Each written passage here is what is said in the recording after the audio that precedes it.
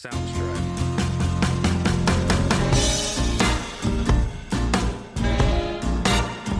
Hi, this is R&B Kitchen, and I know what you're thinking. R&B does not stand for Rhythm and Blues in our case. It stands for Renee and Bruce. Grandfather, granddaughter. Now, As if that weren't obvious. today we're going to be showing you how to make pizza in a KitchenAid stand mixer. And for this recipe, you'll be needing bread flour, yeast, salt, extra virgin olive oil, water, and a KitchenAid mixer with the dough hook attachment. Okay. Can I say something now? Yes. Okay. So here are the measurements. 4 cups of flour, about a teaspoon of yeast, a teaspoon and a half of salt, and 2 tablespoons of olive oil, and 1.5 cups of water that is faucet hot, so about 110-120 degrees. So I didn't want to bore you, but I've already measured out the 4 cups of bread flour. We use King Arthur bread flour. And then we're going to be using 2 dry ingredients, the yeast and the salt. So let's measure those first. So then when we measure the olive oil, we don't have drippy measuring spoons. I'll do it while you talk. So 1 teaspoon, and it can be a little less, a little more, depending upon how you like your pizza dough. That's fine, doesn't have to be exact. There, teaspoon.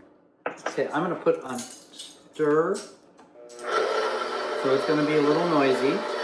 Now, Renee's going to put about a teaspoon and a half of, this is kosher salt, into the dough, into the flour. A teaspoon. And about a half. And about a half. And if you want 2 teaspoons, that's great. However you like it. Okay, let me move this over here. And now I'm going to do the olive oil. Yes, because I have unsteady hands. I'm sure his are so much more steady than mine. Wow. At my age? Yes. So, 2 tablespoons of olive oil. 1, 2. And these go in the sink because we're done with them. And they're full of oil. So now we're starting to form up a little bit. This water is I'm going to do this because I need to look at the dough. Now remember, in our bread machine videos, we weigh the flour. Because we're looking at what's happening to the dough, we don't have to weigh this flour. It's 4 cups. You just level it off, and away you go. So we add this water, and you may not use all of it. Okay, so you add, that's why I grabbed this from Renee, because she was just going to dump it in there. So we'll turn this to 2.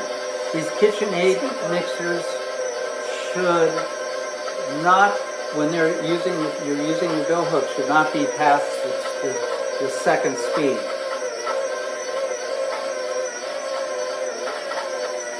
But I'm actually going to bring you guys up to the bowl so you can see what's happening inside the bowl while he's working. So if you look at the dough right now, it's in what they call its shaggy phase.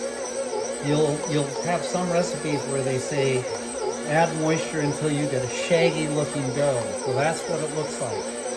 And we keep adding it until it forms, adding water until it forms a ball. But just don't dump it in there all at once.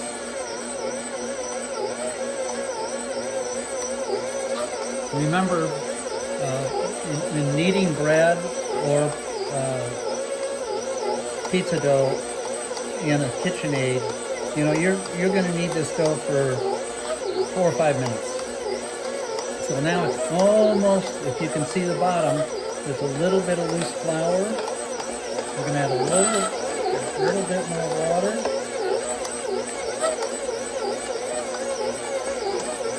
And this, now you can see that it's been completely formed into a ball. Last time you saw it, it was all spread apart and shaggy looking, but now it's completely into a ball. And the sides of the bowl are clean. So you look for that. Now, if Renee wants to take a picture of this measuring cup, you'll see that we have a 1/4 cup left of water. So just don't dump it in all at once, okay? So now while that's working, what we're gonna do is I'm gonna get a bowl, because you're gonna want this to rise in a bowl. And we're gonna cover it with saran wrap. So we're gonna put about a tablespoon of oil in the bottom of the bowl.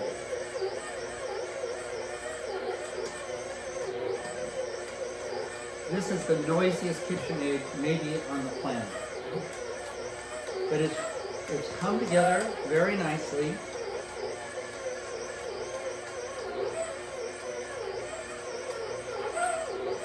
And I'm going to call that done.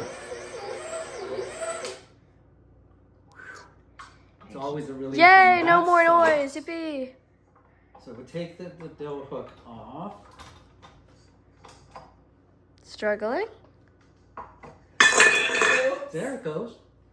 And I'm going to form this with my very clean hands into a nice round ball.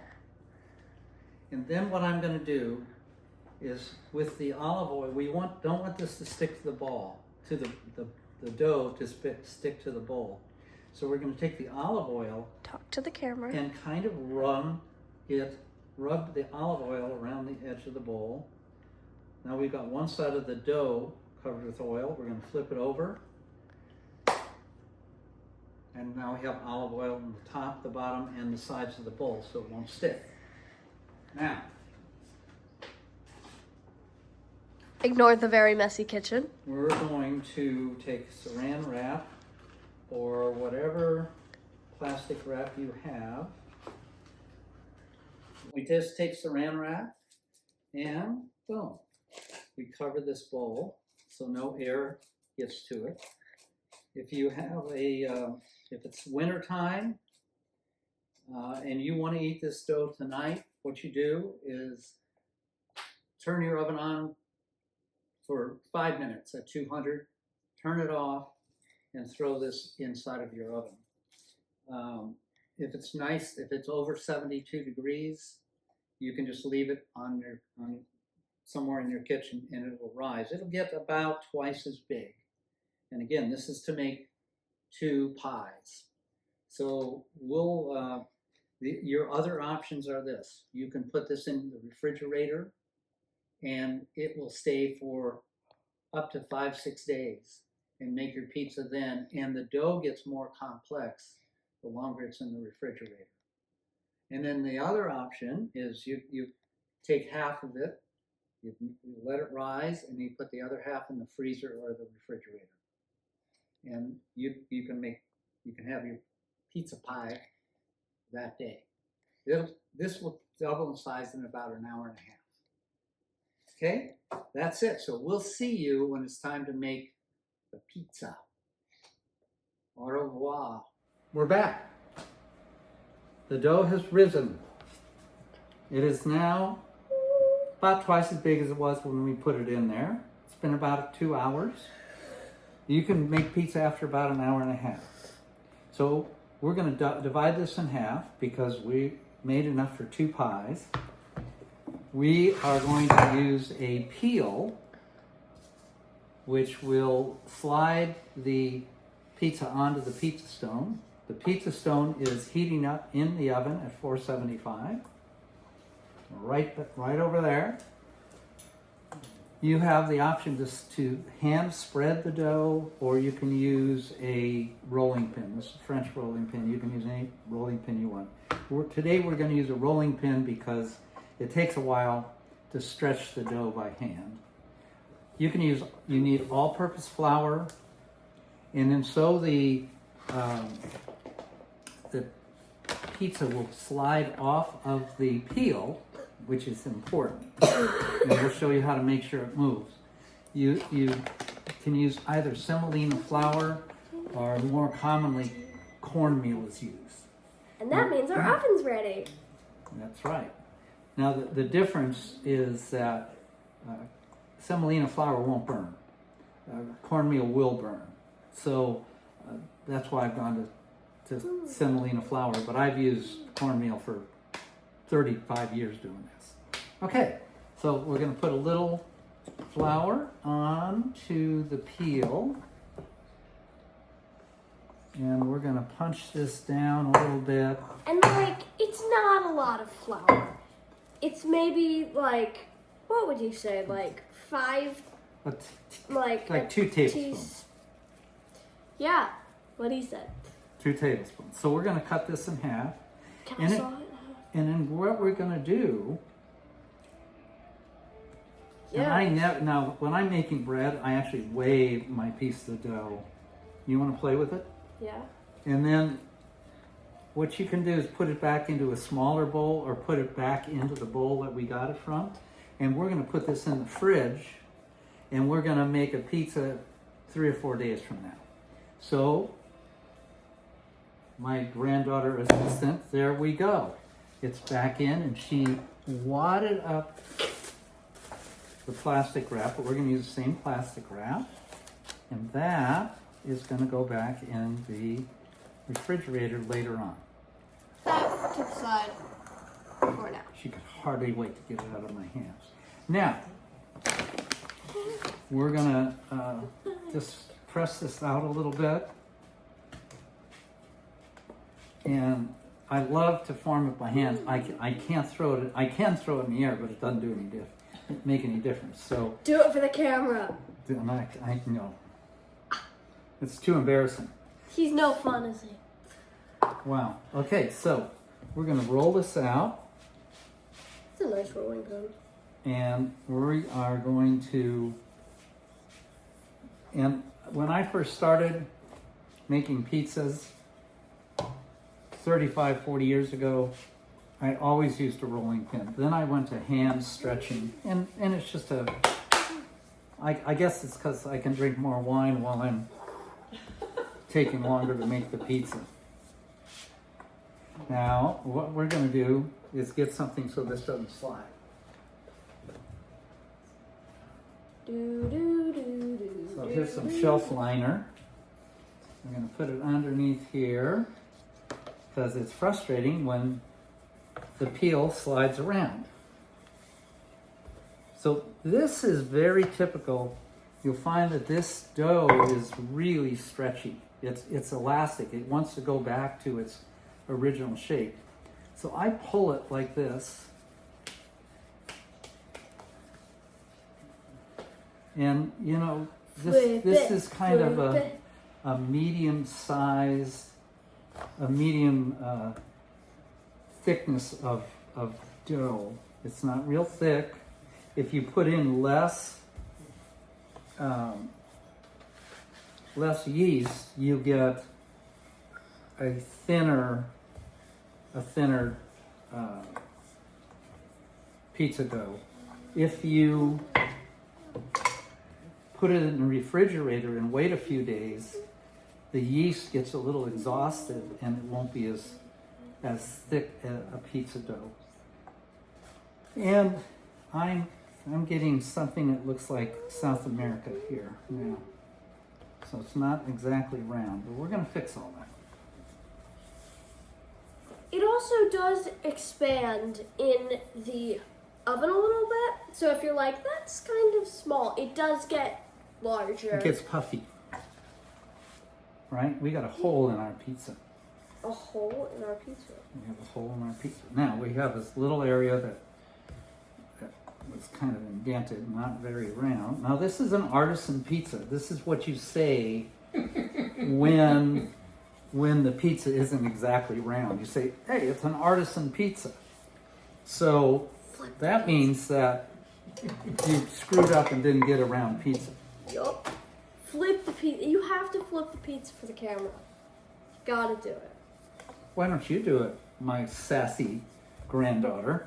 I can try. If you drop it, you know we have to throw this dough away. Yep, and that's why we have an extra. But yeah, this looks like a little, almost like an arrow, but we're okay. And I think that's what we're going to do. I think we're as big as we're going to make it. Make our artisan pizza. And then what you do is we are going to just take and pinch along the edge to make sure that we have a little dam for when the sauce goes on.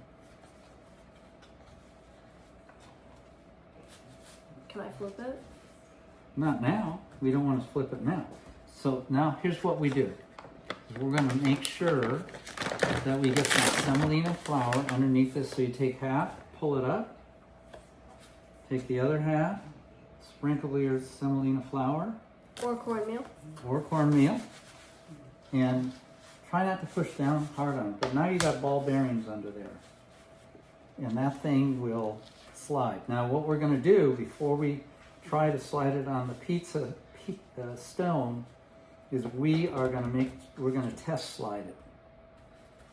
Okay? So let's stop the video, and we're going. So, we are back and we have all of our ingredients. We're gonna do just a classic pepperoni pizza with cheese. So we have mozzarella cheese, Rano's homemade pasta sauce, Rao's, yeah, that's what I meant. And we're gonna just open this up and start spreading. So you're gonna want to take about a spoonful of sauce to begin with and put it in the middle of your pizza and take the back of your spoon and just spread it In a circular motion. in a circular So you're going to need motion. one more tablespoon. And you're probably going to need more than one spoon, but if you don't, okay, great. Depends upon how you like it. You are in charge of this pizza. So Yeah. if you like a lot of sauce, Put a guess lot what? of sauce. Put a lot of sauce. If you don't like a lot of sauce, you know the options. Okay, And let's not push the pizza dough into the peel, okay? We're trying to get this thing off the peel, so we don't want to push it down. There we go. That's my granddaughter, very pushy. And obviously, we're only going to be putting pepperoni and cheese on this, but if you want to put sausage, bacon, basil, Even list goes on. vegetables like bell peppers, like artichoke hearts, you're in charge. So and my favorite granddaughter is now going to add the mozzarella cheese. Spread it around a little bit instead of putting it right in the middle. Don't get it away from the... yes, you do not want cheese on your peel because then the cheese will burn Well, and And- also stick to your peel. yeah. And again, if you don't want as much cheese as we're putting on, it's your decision. We don't care. We're not going to come to your house and stalk you and look what you put on your pizza. We know. Well, I won't. I mean, Too busy to stalk. I need a pushy granddaughter. okay, there we go. And now we're just going to put our pepperonis on. I like to put them in a circular motion. But then again, your pizza. I don't care. And moving and moving.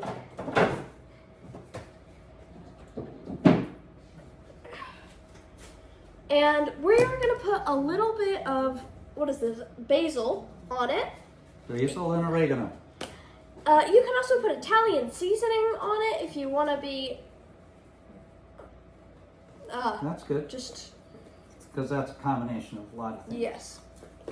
That's a combination. I think it's basil, oregano, rosemary, and thyme. I think I like it. maybe It sounds like Italians. Sounds Please like a don't. Simon and Garfunkel song.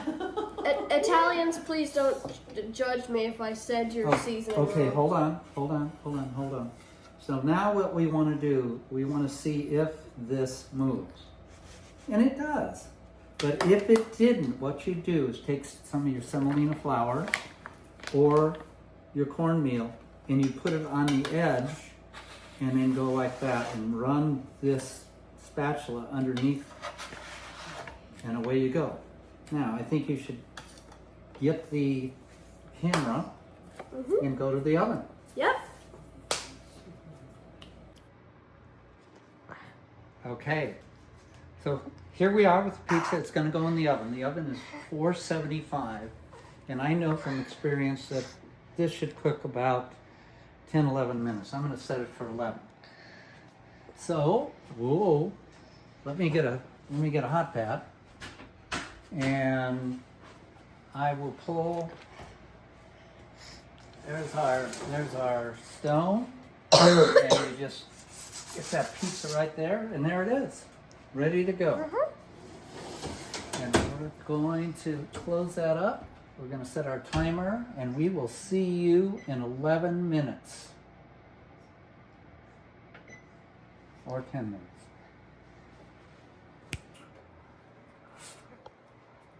And we're back. I've got the peel. It's been 11 minutes. And we're going to see how our pizza looks. And there it is. It's a little bubbly and it's gone over the edge a little bit. But remember, artisan pizza. That's your excuse for not round and not perfect, because this is not a frozen pizza. This is your pizza. And you can make it any way you want. Now, things to note. You notice how we made just a little bit of an edge when we made the dough, and you see how puffy it got. So this is pretty puffy crust because it's freshly made today, and I like to put it in the refrigerator for at least a few days, and it doesn't get quite so puffy. It's a little more crisp. But this is a great thing that you can do. You can make this dough at 3:30 and be making pizza at 5. And you can make your own pizza. You can put seafood on it, whatever you want. Oh yeah. And where else can you do that but at your own home? Are we saying goodbye? Yep. Goodbye.